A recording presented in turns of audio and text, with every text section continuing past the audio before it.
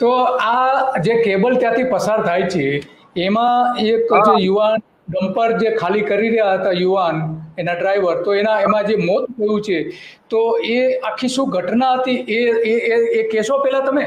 ત્યાં મીઠાના ને ખેરીના પિયરા છે, ખેરી ખેરી. પછી ત્યાં ફ્લાઇસ ઓલા પાળા ઉપર પાથરે છે, ફ્લાઇસ ના ઢગલા કરે છે.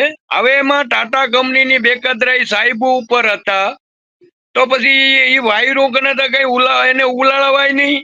તો પછી એને ડમ્પર ખાલી કર્યો 33 કેવી નો ડમ્પર કેમિકલ નો આખો ઓલા વાયર માંથી ગયો.